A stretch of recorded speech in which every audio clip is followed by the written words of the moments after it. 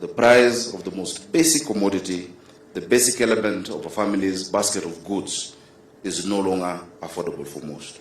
And that is a basic problem. That is a problem we, all of us leaders and business leaders here today, must solve. It's easy to say, it is hard to do. But we can start to cut costs simply by getting better, more efficient at moving and storing grain. That means less waste and less spoilage. It means each shilling buys more.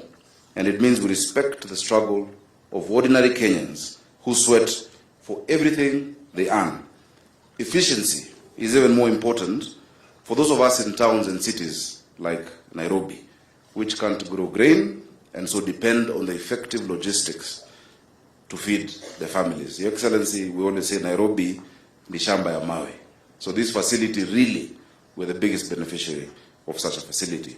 And that, ladies and gentlemen, is why I'm very glad to join in today's commissioning of the grain bulk handlers terminal here in Embakasi. It makes possible new efficiencies in the movement and the handling of grain, especially for Nairobi, and that we can hope will cut the cost of grain to ordinary Kenyans.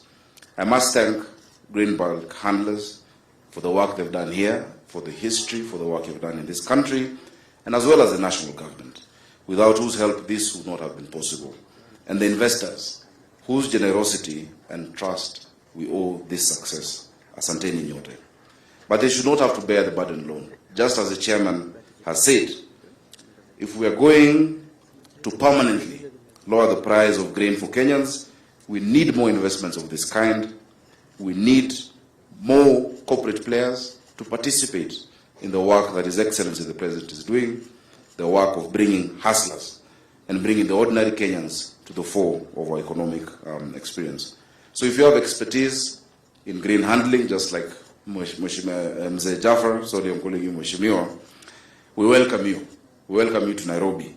Come, let us sit, let us reason together. Your Excellency, on top of these efforts, because we know the clamor for the lowering of the price of food commodities has been out there, the clincher is what you're actually doing.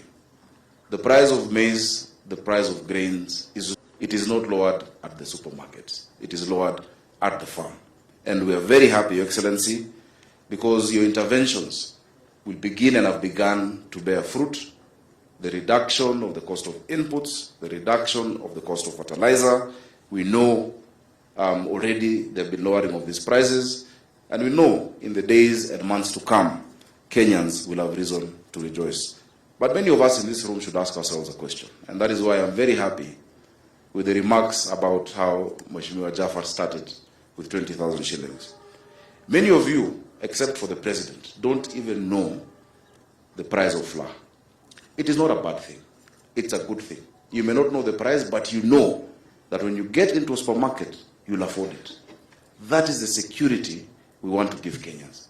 That is not about the movement of 2 shillings or 5 shillings, but the knowledge that when I get in there, I will be able to buy that bag of maize and feed my family.